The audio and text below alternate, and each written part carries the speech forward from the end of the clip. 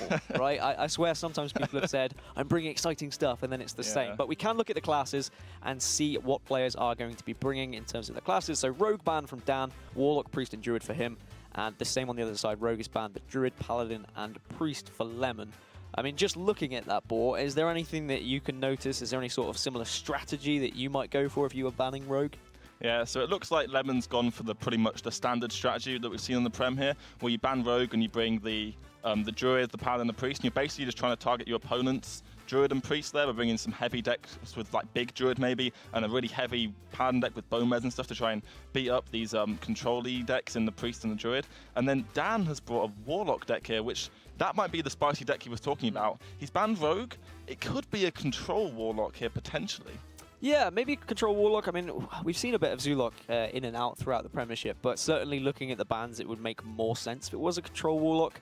I mean, just judging from the control Warlocks we've seen so far, there seems to be pretty much one list that everyone seems to be copying at the moment. It's similar to Priest in that there are a few cards you can take out and put in, but we have one kind of guaranteed Warlock deck that everyone's, I think, set on in this meta, so I'm not surprised if it will be some sort of control Warlock. The Priest will be interesting, of course. A lot of new variations that have turned up recently. I say a lot, there's one new variation.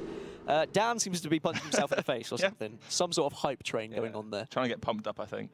Of course, there was controversy a few weeks ago. Dan didn't have his webcam on, so I'm glad to see it's back. Yep. But game number one, then, is going to be, Murloc Paladin against the Druid, and the Mulligan phase is underway. It looks like Lemon's still having a little bit of a decision about this bit. Yeah, so Dan's just kept the Mire Keeper here, makes sense. And he's drawn into the Jade Idol and the Blossom for a perfect curve out here. And Lemon decided to keep all here. You can see a 1 into Hero Power, 3 into 4, so he's also got a good curve out.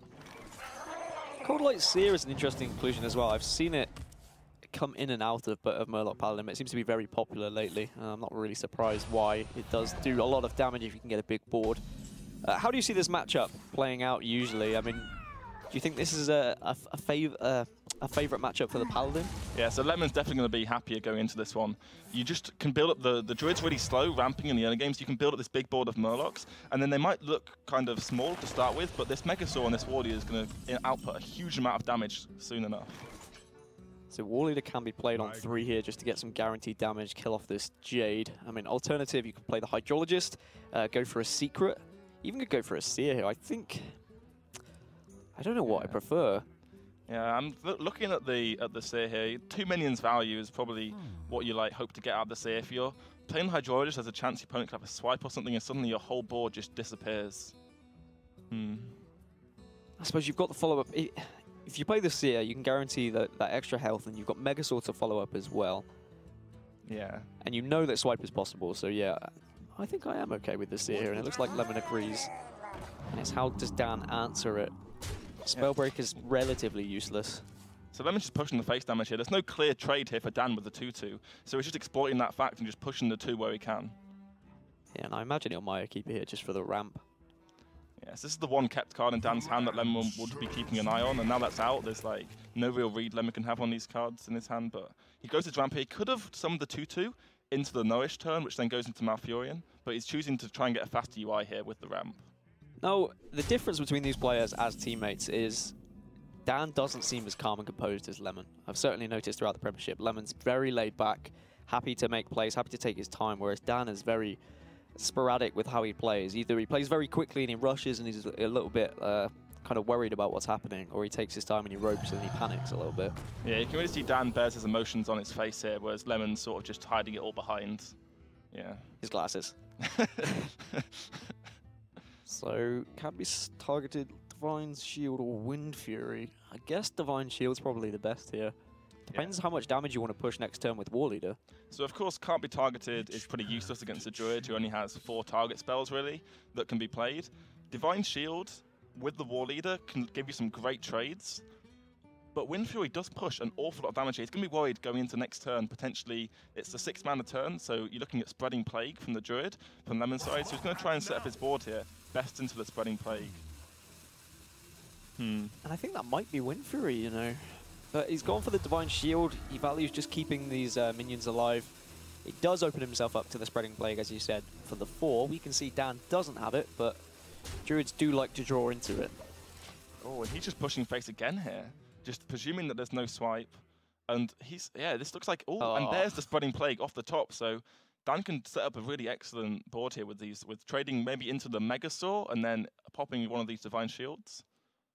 Yeah, trade the Mirekeeper into the Megasaur, pop a Divine Shield, and then maybe Spreading Plague. Or you could trade both, and then you only get the 3.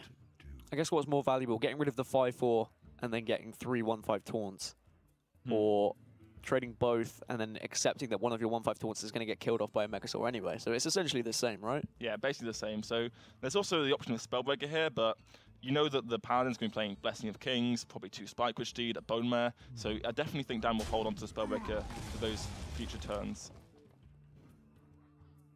So it looks like Dan's actually going to try and get the value by trading off on smaller minions and keeping his Mirekeeper alive.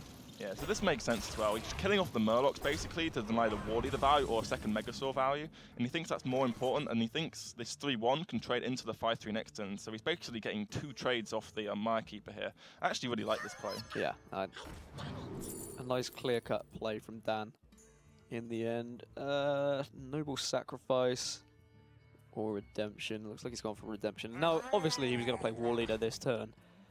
It's always frustrating trying to get through Spreading Plague, and the problem is you kill off all these 1/5s, and then half the time there's another Spreading Plague that follows. Yeah, normally sets up into a swipe or something, but the Redemption pick makes a lot of sense because Noble Sac gets procced by the 1/5 a lot of the time, potentially, or maybe even just a hero power. I mean, a Big Priest, potentially? Yeah, so with the Rogue ban, the Big Priest becomes more likely because one of its bad matchups because of the Vastbind Slayer is the Rogue, and the Kazakus Priest is very strong against the Rogue. If you can tech in the Galactic Orders, you can put in Tarkubus for early game. So I would expect a Big Priest here, but Kazakus Priest is a very strong deck.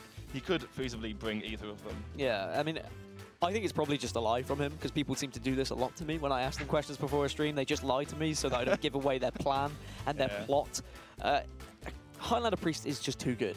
And because you can just kind of inject your own little bit of personality to the deck as well by substituting out a couple of cards, I feel that people just love bringing it and love playing it, and I hate them for it. It's my least favorite deck. What's your opinion on Priest in general as a class? Oh, no one likes playing versus Priest. It's just the most evil class in the game. Just anything that removes everything you play, and that's just the worst feeling from the opponent's side. You always think, oh, there's no clear Priest could have here, but they always find the clear. Ooh. And that's a Purify. Yeah, that is a Purify, so that's probably going to be a Big Priest. A Silence Priest. A Silence Priest, yes. Sorry. And we see from Lemon's side as well, 2 Northside Clerics and a Radiant Elemental. So is this a Silence Priest mirror? It looks like it might be, yeah. There's the Razor Leaf. So we were talking about targeting Druid earlier with their lineups, and this is one of the best decks in the game versus Druid. Unfortunately, the Druid got a win for both of them straight away. But we will see. This is a very interesting matchup here. You don't really see this on ladder at all. Silence Priest has become slightly more prevalent in recent weeks. I think Meaty, another UK player, got to rank 2 Legend on Europe server with it. Oh, wow. And maybe because of their ties with Meaty, they brought this deck. Silence Priest has certainly gone out of favor as of late in terms of like its popularity on ladder, that's for sure. Like, yes, okay, there's the one player now and then that will just bring it in and play it again, but when this was in its superiority kind of time, it was crazy and also very annoying. Like, this was more annoying than Big Priest back in the day for me. Oh, yeah, it's like, if they can get one big guy to stick and you can do nothing, but Dan's holding back the Radiant Elemental here, doesn't want the free trade from Lemon with the heal. Very much concerned about, don't want to give my opponent cards here, so he's not going to develop the board. And for those that maybe haven't played a Silence Priest or haven't played a Silence Priest mirror, what's the win condition for this game? How are they able to actually beat their opponents? Right, so I know common Priest Beam. They can't deal with the 4 attack minions. Basically, it's whoever makes the biggest threat first normally wins the game. What can happen is that you can silence your opponent's stuff, so Face the Shambler and stuff can be silenced, and that's the comeback mechanic. But if one guy has the Razor Leaf and has the silence stuff, that's normally the swing in this matchup. But we can see some interesting turns here with Northside Clerics. If you can draw a lot of cards as well, you can have some really strong turns. We do see Lemon just playing on curve here, 1 into 2. Of course, Lyra can do crazy things as well, can really help you win a game, but you've got to get to that position first. You've got to have Lyra on the board, maybe with a Radiant Elemental, play loads of spells, and hope to just get Power Word shields and inner fires and stuff like that to just whack your opponent for an insane amount of damage. But it's certainly not an easy mirror, and it's probably not a mirror that they've practiced very much. Yeah, I can imagine. If you've been practicing on ladder, you haven't playing this, and yeah, even in tournament prep, you won't expect your opponent to play this. So I imagine, yeah, very little game time on this.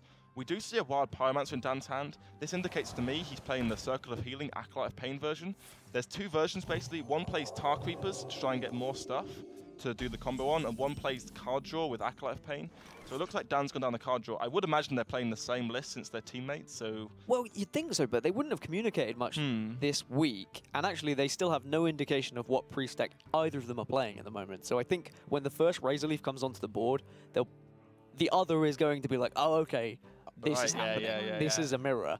But it would be funny if they both were using the same practice partner to practice against Druid, and that one person in the triangle just didn't tell them. That would be weird. Imagine if Meaty practiced with both of them. But we do see the inner fire pickup here. Now, he could choose to draw cards here, but he could have just made straight up a 8/8 cleric. But he's worried about making an 8/8 cleric, and then his opponent has silence, and that can swing back. Just drawing 2 cards here should be a really powerful play. So still no real indication for Dan as to what he's playing against. And we do see the second cleric though, so that gives away the game that it's not Rizakus. It can't obviously be big. So I think the second cleric indicates either you're playing against, as you mentioned, the new Breakfast Priest deck, or you're playing against Silence. So, but from Lemon's perspective, looking at Dan, just seeing a 1 into a 2, it's very likely to not be Rizakus since Cleric, Radiant, and Shield is a really unlikely early game to have, but it's still possible. Could it be Dragon as well? Did Dragon run? Oh both? Yeah, Dragon, of course. Yeah, I forgot about the Dragon. Dragon could Dragon Priest as well. Definitely viable from both perspectives. But I wonder if either of them even think that it's a possibility that the other person is playing the same deck as them, because they probably both think they're really clever for bringing this. Like, oh, my opponent won't expect this. I can beat Druid with it. Yeah, and Dan's actually got a really interesting turn here. So, of course, the Talon Priest is really nice. You get the buff, but you could also develop the Razor Leaf into the face of Shambler. Now, of course, as I said before, I keep on saying, the silence effect is what he's going to be really concerned about here with going Razor Leaf into Shambler. And without silence in his own hand, he's just going to hold back here and take the value off the buff here.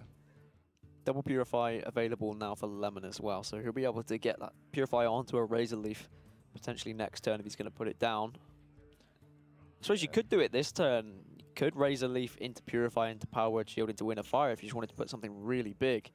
But because he doesn't know what he's playing against yet, he's going to be thinking, right, if I'm playing against Breakfast Priest, they run 1 silence. If I'm running against Dragon Priest, they want 1 silence.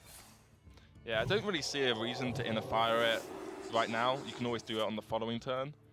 He could have chosen to draw 2 cards here off the heel, but I think he feels he'll fall too far behind. Oh my goodness, how many cards is this? Yeah, that's going to be a lot of card draw if he wants it. So there can be up to 8 cards drawn off this Circle of Healing here.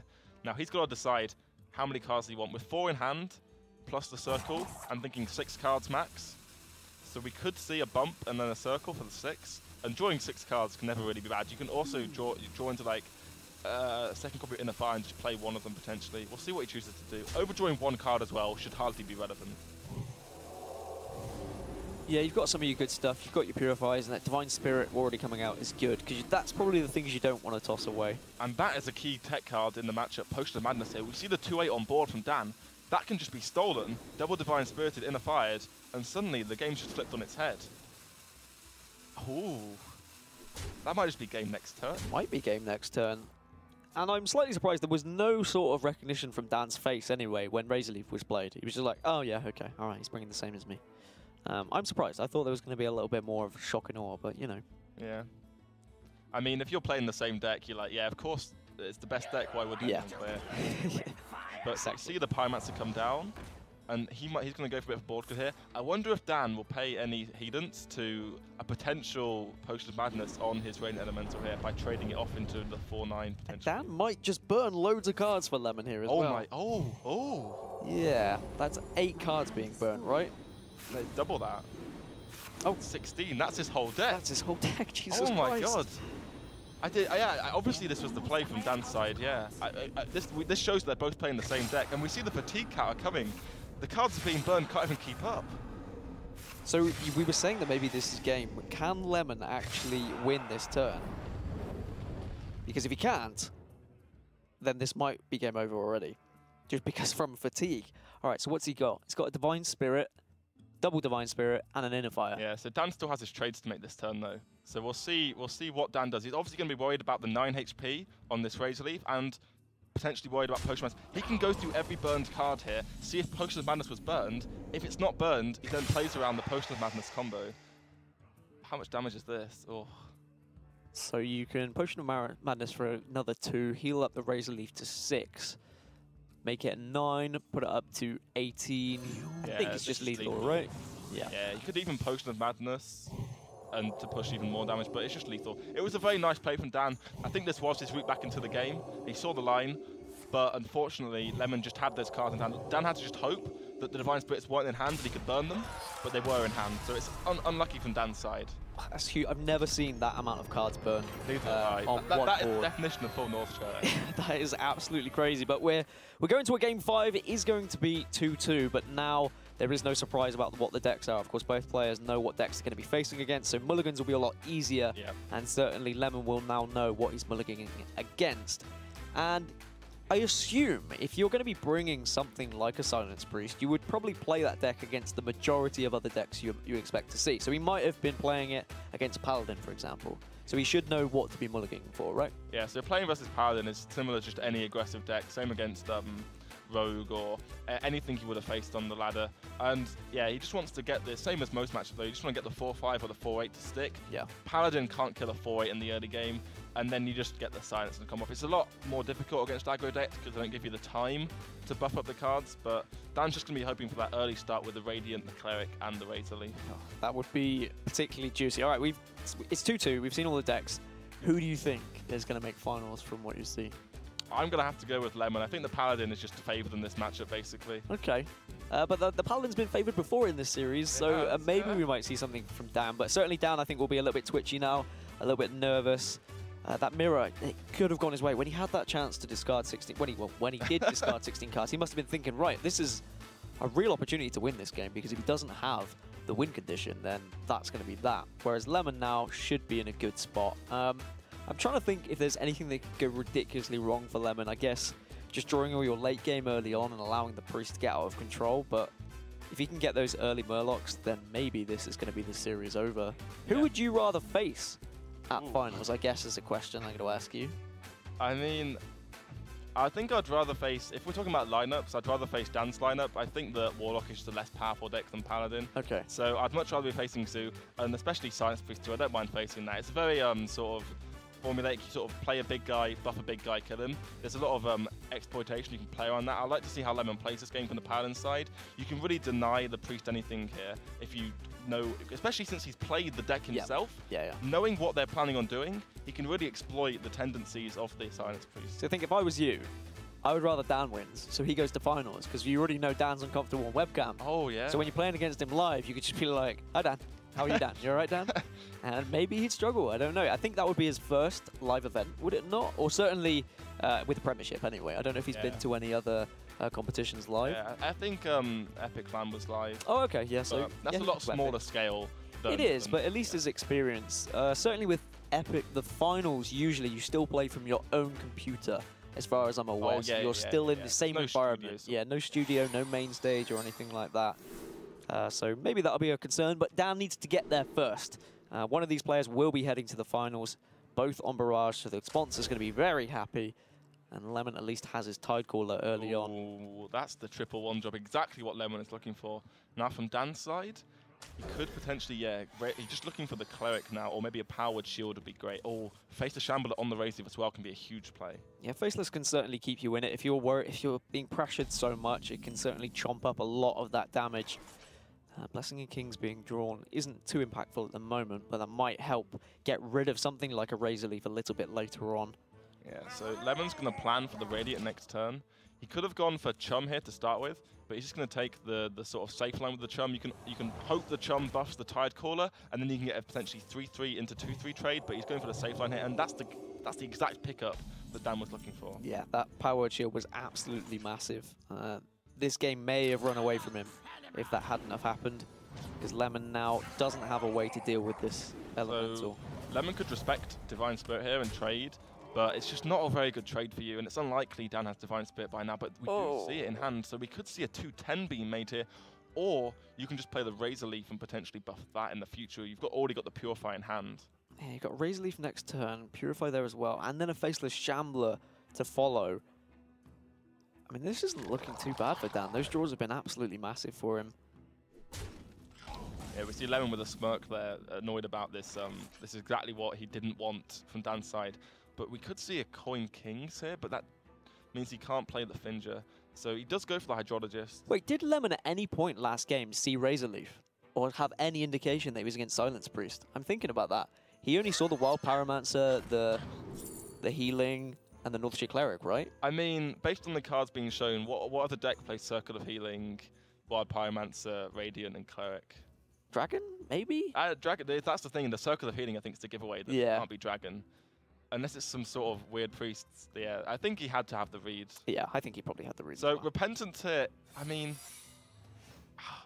you think you could get it, but the issue is, if they play a big guy, they can silence it anyway, so the Repentance often doesn't work. Maybe you just hope there's no silence in the hand. But, how does the Repentance work with the Faceless Shambler? I was just thinking that. Battle Cry. I think it still turns it to 1. I think it does as well. Yeah, I've never seen this interaction, but I presume that the Shambler would be pushed to 1. Yeah. Otherwise, Lemon would never have made this play. Yeah, exactly. Yeah. But anyway, I don't think the Shambler's the play. You can definitely make it. I mean, we've got Divine Spirit in a Fire Purify, so regardless of if it works or not, this just looks like a pretty good play. And that's, you could just jam 16 to the face. You're really weak to Poisonous hit off Megasaur. He can choose to play on that if he wants, or just smack him in the face and hope. Dan off his seat, hoping for no Megasaur. Yeah, Dan's pumped. He knows that this is potentially the turn, and there is no Megasaur.